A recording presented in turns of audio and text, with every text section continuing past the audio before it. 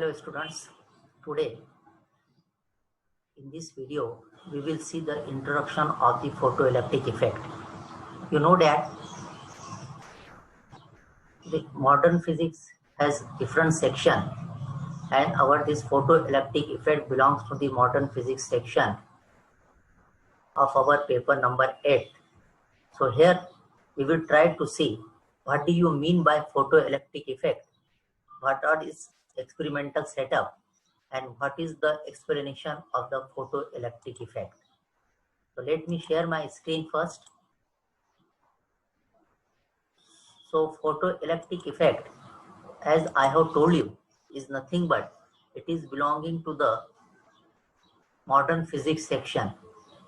In this video, first of all, we will see the introduction of the photoelectric effect. Then we will see the explanation of it. Then we will go to the experimental setup. And finally, I will conclude the lecture. Now, what is photoelectric effect? This is nothing but this is the emission of the electron from the matter when the matter is illuminated by a certain types of light or electromagnetic radiation. This effect was first time observed by the scientist Henry Hertz in 1887.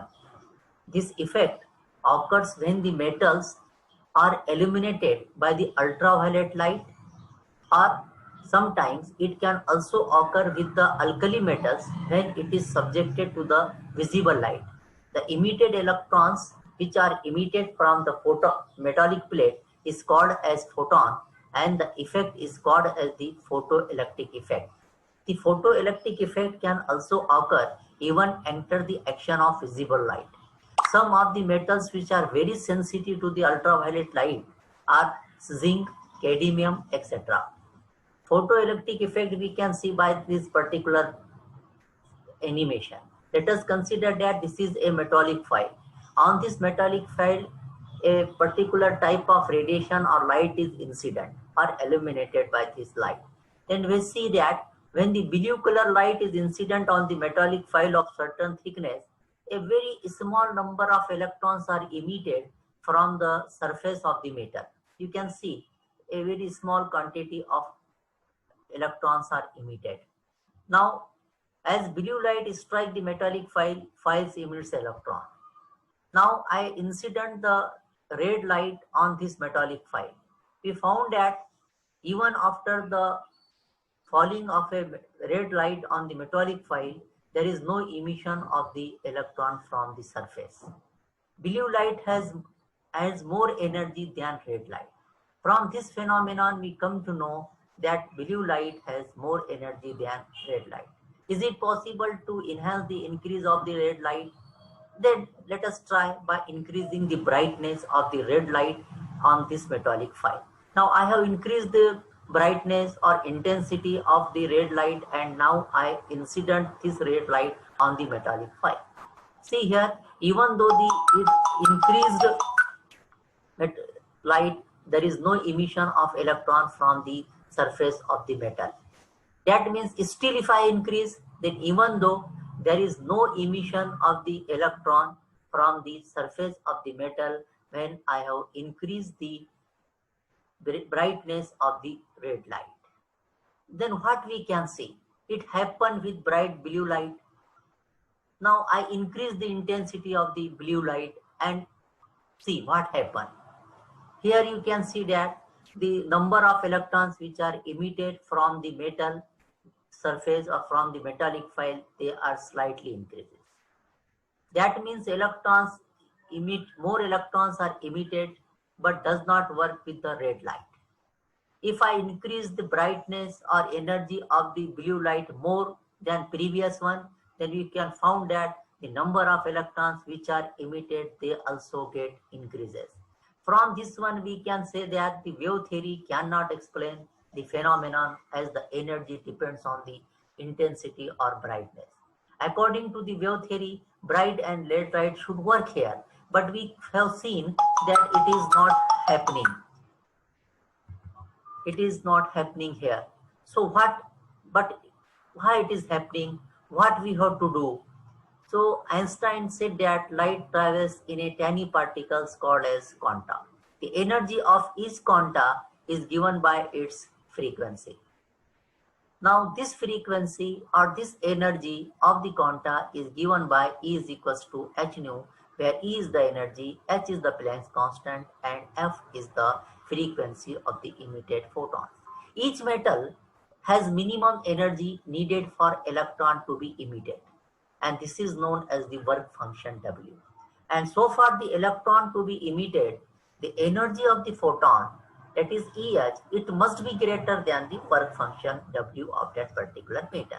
And excess amount of energy which is emitted with the photon is nothing but it is called as kinetic energy of the emitted photon. Now Einstein's photoelectric equation, it is nothing but it is given by E is equals to h nu or hf minus W. We can see further the demonstration of the photoelectric effect by the different websites which is available. We can also find out the work function of the different material or different metals. As I have told you that each material, when it is subjected or it is illuminated with the help of a particular light, it emits the photons. And this photons emission is nothing but it is called as the photoelectric effect.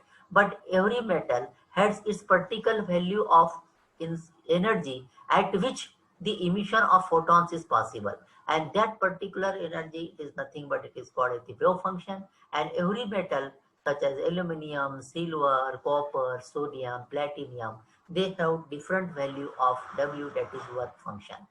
Now experimental setup, you can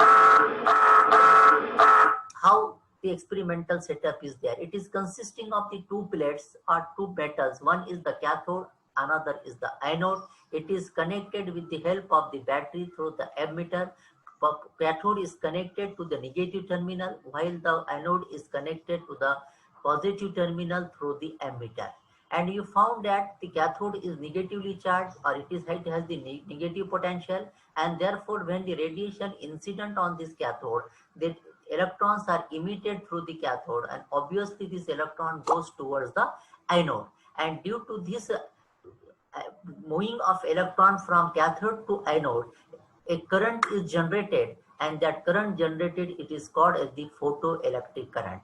If you consider the initial setup of the experiment, you found that the cathode is negative, anode is positive, and when the photoelectrons are released from the metal, naturally they go to the positively charged anode.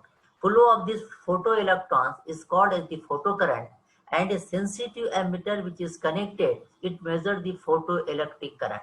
With this arrangement, maximum current flowing will be recorded by the emitter. All the photoelectrons flowing across the gap will have the certain amount of kinetic energy. And this amount of kinetic energy, or this amount, depends upon the location of the metal that the electron came from at or close the surface, that is high energy will below the surface or low energy. When anode and cathode, even when anode and cathode have the zero potential, there will be still flow of current across the gap. And though this current value is very less in comparison of previous one, but for electron to be emitted, light had to have a certain frequency.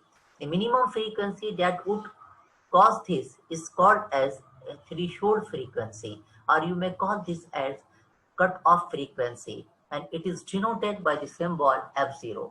Anything below this one, that means below this frequency, this would not provide enough energy to eject the electron from the surface of the metal. From this lecture, we come to the conclusion. If summarize the total lecture or video, we found that basically photoelectric effect is the ejection of electron from a metal shining light of a particular frequency on metal surface. It does not work for all the wavelength or frequency. These emitted electrons are called as the photoelectrons. Current flowing is called as the photoelectric current, and the required frequency is nothing but it is called as threshold frequency. Now, this is sufficient for today. Thank you.